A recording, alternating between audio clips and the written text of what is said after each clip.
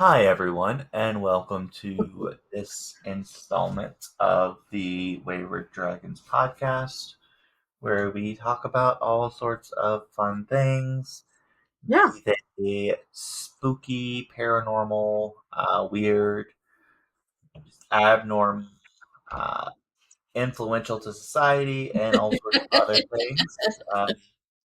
We are we do have an announcement to make Yes. before we begin. So, due to scheduling and due to interest from people and what people seem to prefer to listen to, we are going to be switching up our format a little bit to Yes. where we are only going to be, we're switching from our main course as Yes. being a uh, once a month episode, and then Yeah. our other stuff, our side episodes, are going to kind of become our bulk of our stuff, where we're going to be Yeah. releasing one of those a week, and then, like I said, once a month for the others. Yeah. So sorry in advance for those of you who aren't a fan of that format, but it's just kind of what people seem to like, so that is Yeah. what we are shifting to. Yeah. Well, and you and I are getting extremely busy.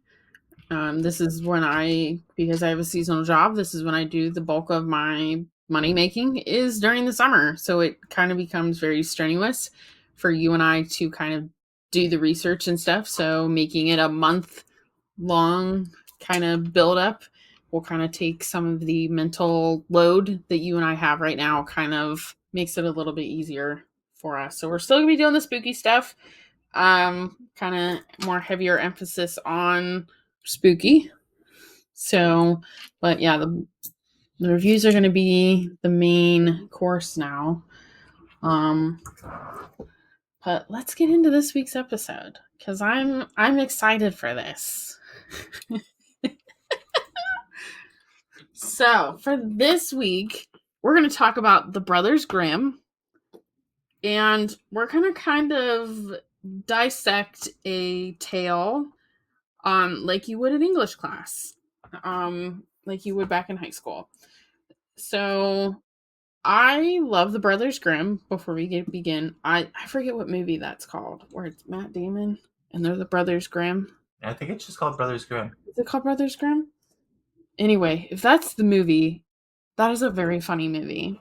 I love that movie. That's a great movie. Is that what that's called? Hold on. Yeah. It's with Heath Ledger and Matt Damon. Because Matt Damon, it's where Matt Damon needs to save us from impending doom. Um because Matt Damon only has two types of movies. He's either saving With us or we're saving him. Well, I disagree. There is a third type of movie with Matt Damon, and that's where he's attempting to save himself, Okay. because that is Dogma. Yeah. So yeah, Brothers Grimm. That when did that movie come out? Dear Lord, 2005. The premise of the book, I give up. dude. Don't even. Just given our last episode and then now this, I give up, man. We're 2005. 2005. For those who don't know, Johnny and I are in our 30s. I won't disclose full ages, but we are into our 30s. and because of like stuff we've been listening to and checking out, seeing, we're realizing just how much of a difference in age there is between us and other things going on. It's every day. Every day I go to work because I work with mainly high schoolers, and like we have a couple college kids that'll complain, "Oh my god, I'm so old." I'm like, "Bitch, I am like 15 years older than like more than half of you. Shut up." Yeah. But we're not going to be talking about the Brothers Grimm film. However, it is a very good film. I want to say it's like, oh, it doesn't have a good Rotten Tomato, but whatever. Um, Basically, the movie follows Matt Damon and Heath Ledger. They play the Brothers Grimm, and they're going around collecting the stories, which we'll get into all the Brothers Grimm, but like there's like a she's like the queen of the forest or whatever, and she's got a little henchman that's killing, bringing her girls to make her youthful, to make her rise again, and they figure it out, and using the tales that they've been collecting, they defeat the evil forest witch or whatever. I find that movie very funny. I think it's fantastic. Those who like Heath Ledger when he's not the Joker, this is before he plays Joker and stuff like that. So, but that we're going to get into, we're going to talk about the Brothers Grimm, and then I have not told Johnny the story we are dissecting, and I'm going to leave that till we get there. Okay. um, so So my question is, do you want me to dissect it from a literary standpoint, from a folklore standpoint, we're going to or dissect from it from a a folklore standpoint. okay, because I So, was gonna say I can also dissect it from a metaphysical standpoint, yeah. because I before we start this, I have read the entirety of the Brothers Grimm stories, Mm-hmm. and I'm a firm believer that in a lot of old stories and folklores and stuff, that there are hidden quote unquote mysteries, and that there is hidden information in there from an occult perspective. If in many of them, if you know where to look. Yes. Uh, that being said, not all of them. I mean, you have the sheep and her kids. There's not much occult mystery in that, but there are several that have occult mystery. There's definitely not in The Princess and the Frog, but we're not going to get into that unless that's the story we're doing. No, we are actually not going to talk about Okay. Princess and the Frog. No, we'll talk about kind of the history of the brothers, and then we're going to talk about the history of the book itself, and stuff like that, and then we'll get into our folklore kind of story I've picked. Um, it's not, we're not dissecting it kind of like Beauty and the Beast, where Beauty and the Beast kind of comes from real people. um we're kind of dissecting from an origin standpoint, a folklore standpoint, and kind of where this myth kind of came from, and kind of what the moral of the story is, kind of thing. So I figured that'd be kind of a change up. I love the Brothers Grimm. I love that movie. But I have Barnes and Noble does like really pretty hardcover. Oh, you can kind of really see this. This is really cool. Jim? I have one of the hardback versions from Barnes and Noble, because I've got like ghost stories and horror stories and stuff like that. They do very pretty hardcover editions. So I just kind of picked a random one, but let's get into the brothers. Um, so like I said, we're going to get into the background of the brothers. The brothers were Jacob and William Grimm. Uh, Wilhelm. Wilham. We'll call him Will. Jacob was born January 4th, 1785, where Will was born February 24th, 1786. They would live they lived at the time what was called the Roman Empire, because the Roman Empire was kind of it was still there, but it was mainly in what would eventually be called Germany, in that kind of area.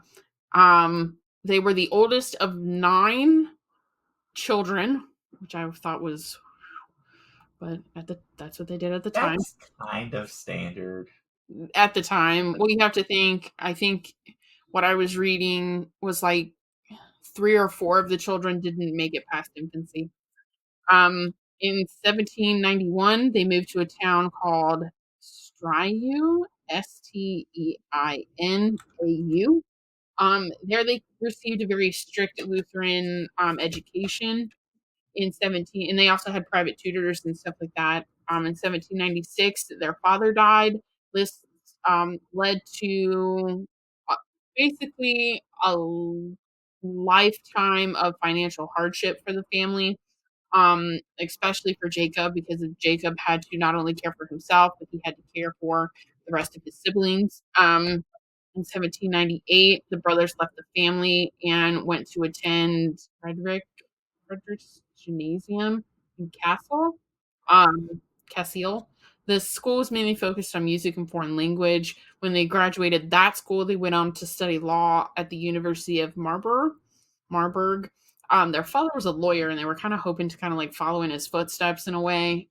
They found out a lot at university because they were kind of on the lower end. They weren't necessarily super poor, like dirt poor, but they weren't like super rich, right? Like the rest of their fellow students. So that school was very hard for them to get in and all that stuff. They were both very influenced by their law professor, Frederick. Sorry, I just woke up, so Okay. I'm super burpy. Frederick von. I have no idea how to say that last name. I'm not even trying. We're gonna say Frederick. Um, to Good old explain Fred boy. to explore an interest in history and philosophy. And soon the two brothers were studying medieval German literature. During this time, they were also very influenced by Clemens Benato. He's a German romantic poet, and Johann Herder. He's a German philosopher, heavily associated with the Enlightenment. So these influence of the Romanticism served as the structure for their later work that becomes their Brothers Grimm folk tales that we know now. Um, and during the 19th century, there was a huge rise in Romanticism. And this is what helps kind of drive the spiritualist movement, but at the same time, it revives all this big interest in local folk tales, um, with the goal of researching scholarly treats on folktales. They established a methodology for collecting and recording folk stories that become the basis for their folklore studies. Between 1812 and 1857, their first collection was revived and published a lot of times. The first time they published it, it had 86 stories, and it eventually grows to I don't even know how many's in this now.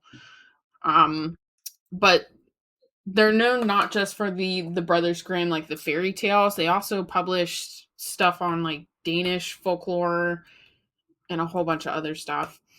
Um, but the Grimms aided in the revival with their folklore collection, built on the conviction that a national identity could be found in popular culture and with the common folk. You have to think they're mainly collecting German folklore Hmm. stories. So they're collecting and publishing their tales as a reflection of German culture identity.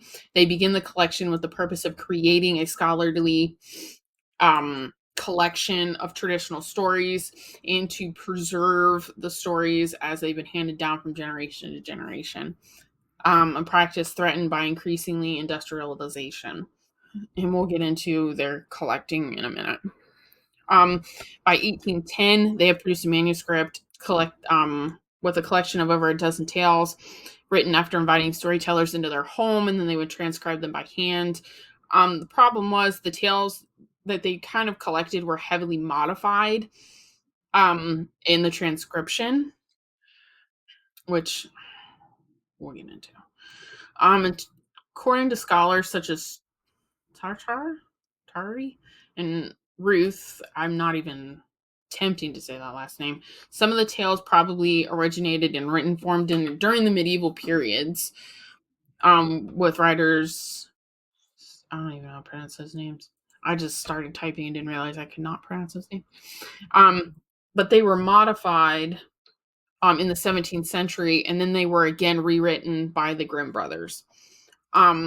Moreover, Ta Tar writes that the brothers' goal of preserving and shaping the tales as something uniquely German at the time of a French occupation was a form of intellectual resistance. Because you have to think of what time we are at in history. And in doing so, they established a methodology for collecting and preserving folklore that set the model followed later by writers throughout Europe during periods of occupation. They worked to discover and crystallize a kind of Germanness in the stories they collected in the belief that folklore contained kernels of mythologies and legends crucial to understanding the essence of German culture. So you have to kind of take these legends with a grain of salt. These are mainly German legends and legends from the surrounding countries. And when you play the game of telephone for centuries and centuries and centuries, some stuff kind of gets twisted. Um, and these are two white guys rewriting these. Um, Over the years, they have become very Christianized. They became very violent. Um, but they saw this as a way to preserve their culture when they were being occupied by France. And these stories have been used for numbers of things over the years. The Nazis kind of warped them into propaganda during the time of World War One and World War Two. And then Disney has used multiple different ones for movies, and they've turned them into movies. Mm-hmm. So that is a brief history of the brothers. So what tale do you think we're going to talk about? What tale do you think we're going to dissect? There are 215 of them, if memory serves correct. So I could pick. The likelihood of me guessing correctly is less than 0.5%. So I am going to say I have no clue, Kelsey. I know it's not the Princess and the Frog because you already Correct. said that. Correct. Um, yeah, no, I don't know. Okay. Hansel and Gretel? Huh? No. No. No. And it's not Beauty and the Beast either. Well, Beauty and the So Beast wasn't the Brothers Grimm. That's a French one. yeah, that's a French tale all on its own. Um, so I love to say the word Rumpelstiltskin. I think Rumpelstiltskin is a fantastic word. And that's who we're going to talk about is Rumpelstiltskin. Okay. So Rumpelstiltskin is one of their stories. It is under I think it's the first volume in the book. So let's talk about Rumpelstiltskin. So Rumpelstiltskin is a legend, folklore tale that has origins worldwide. This is something There's something very similar in a lot of different cultures. His name is not Rumpelstiltskin, but it's something. The name changes, but the creature itself does not. Um, so for those who don't know, who don't know the story, I'm going to kind of tell the story in a very kind of brief summary. Um, but I love saying Rumpelstiltskin. Um, it's just the name I have chosen. Um, so there was a miller that was bragging to everyone in the kingdom that his daughter could spin straw into gold. The king gets wind of this and locks the girl in a tower and tells her that she has to spin all the straw in the room into gold. And if she doesn't, she will be killed the next morning. The girl starts to cry, and when it seems like all hope is lost, an imp comes out of nowhere and says he will spin the straw into gold for the glass beads that she has. So she takes the deal, and when the king comes into the room the next morning and sees the gold, he takes that girl into a larger room. The same thing happened. The imp returns that night and says, I will spin the straw into gold, but I want your glass ring. And she gives him her ring. On the third day, the king takes her into an even larger room and says, if she spins all the straw into gold, she gets to marry the king. The imp Just from personal perspective, I'm sorry. One, dude, like read the room. That's not how you get a wife. For real. Gotta make her freaking climb all through these hoops. Um, So the same thing happens. The imp returns later that night, but because she doesn't have anything left to offer him, she offers her firstborn child. She marries the king, and years later, they have the birth of their son. The imp returns to claim the child, and she begs and she pleads for him not to take the child. She offers him all the gold in the kingdom, and he makes her a deal. If she can guess his name at the end of 3 days, she will get to keep her baby. First 2 days obviously does not go very well. She doesn't really guess his name. The the second night before the third day, she goes wandering into the forest and stumbles across the imp's cottage. So she sneaks up to the window and she sees him singing and dancing and saying, "Tonight, tonight, my plans I make. Tomorrow, tomorrow, the baby I take. The queen will never win the game, for Rumpelstiltskin is my name." So she tucks that little information back into her head. And when the imp shows up the next day to play this game, she says his name, and he loses his temper because he's lost. Now, the ending varies. This is where it I mean, the whole story can change, but the ending can be varied. In some endings, he accuses the devil and witches in helping the queen, and some he like slams his foot into the ground, and then he like gets waist high into the floor, and then the floor opens up and he falls in. In the original version the brothers collected, he gets on his soup ladle and he flies off out the window. Like So you do. yeah, like you do. And like I said, this is a story that's found all over the world. It's different. There's different versions. One version can be traced back to over 4,000 years ago, where it's referenced in Dionysius of Halicarnassus, Roman Antiquities, in first century AD. Rumpelstiltskin goes by many different names in the United Kingdom. I thought this was funny. He's called Tom Tit Tot. I can pull up different other names. Yeah, there's different versions for different names for Rumpelstiltskin depending on culturally where you're at. Um, Whippety story in Scotland. Um, this is a story that's very popular in Denmark and I just had a brain fart. Germany and like Scotland and stuff like that.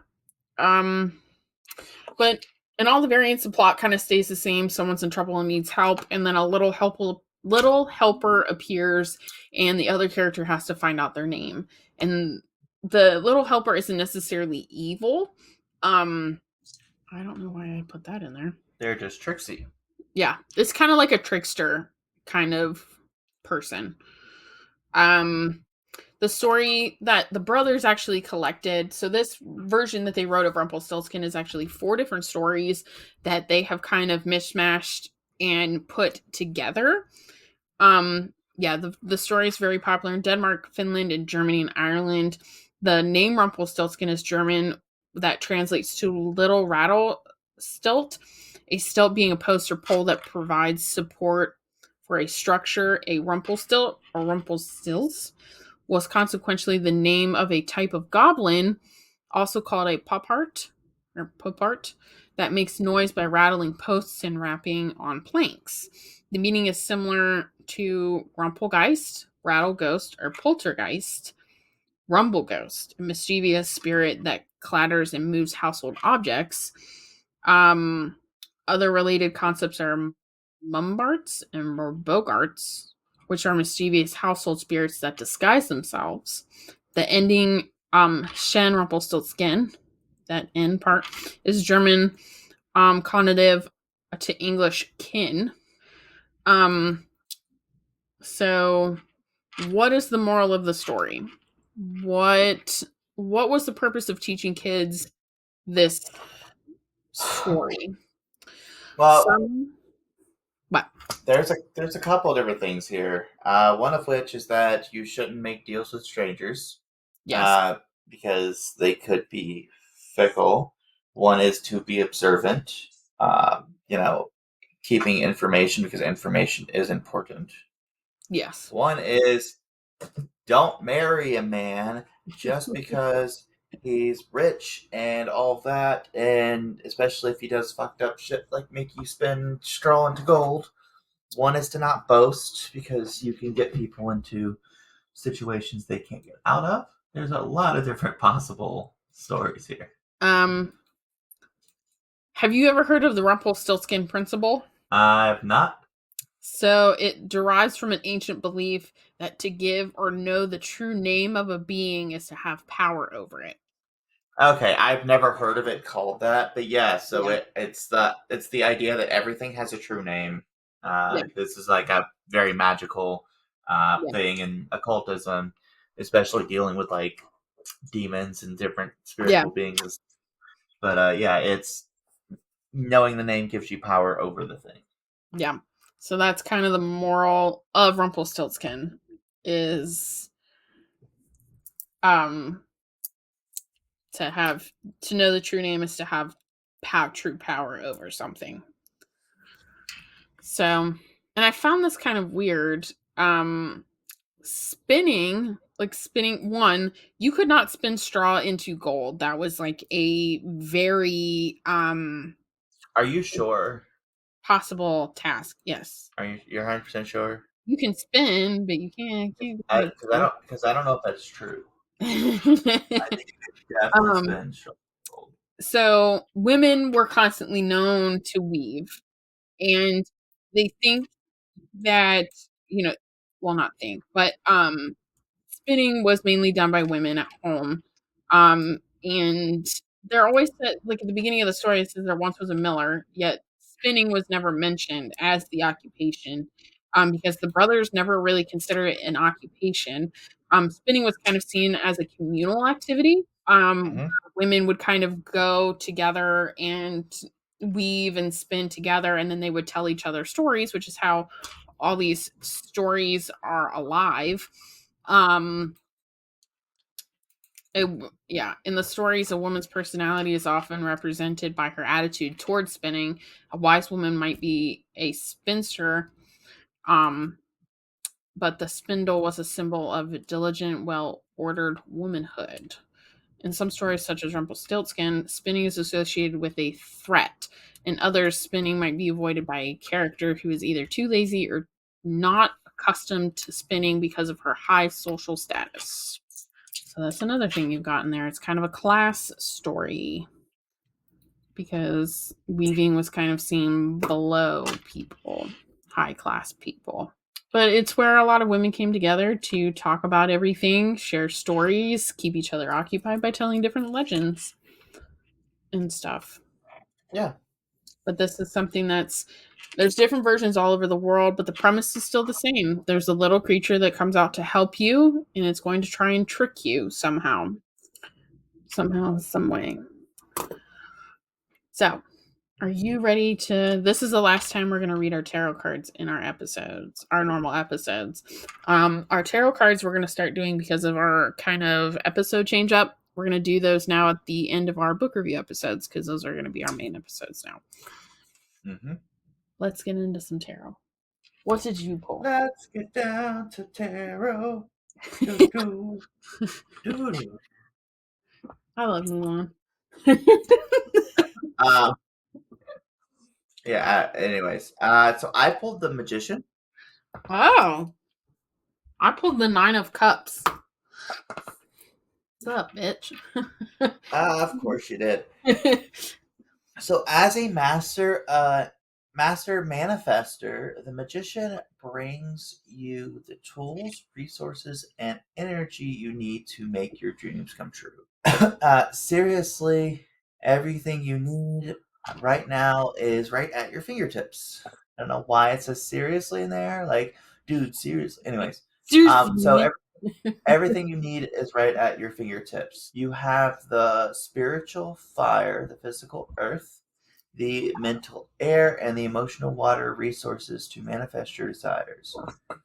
And when you combine them with the energy of spirit and the earthly realm, you will become a manifestation powerhouse. The key is to bring these tools together synergetically so that the impact of what you create is greater than the separate parts. This is alchemy at its best. Now is the perfect time to move forward on an idea that you recently conceived. The seeds of potential has sprouted, and you are being called to take action and bring your intention to fruition. The skills, knowledge, and capabilities you have gathered along your life path have led you to where you are now. And whether or not you know it, You are ready to turn your ideas into reality. Okay. I pulled the Nine of Cups. After a long journey, the Nine of Cups symbolizes the finding of self satisfaction. The emotional journey of the Cups is starting to come to a close after the volatile ups and downs we faced in the earlier numbers of this suit. You have struggled to find purpose and joy after loss. You have tasted the different things that life offers, and you have left comfort in order to find greater heights. Here you have found them, and you are indulging yourself as you celebrate this new stage of your life. Okay. Okay. So what do these mean together? So I would say they mean to enjoy what you have and what you are moving towards, because you have all the resources you need to do the things that you are moving towards. Okay. Yeah. Keep it up. You got all the tools to keep going. Yep. In other words, let's get down to business.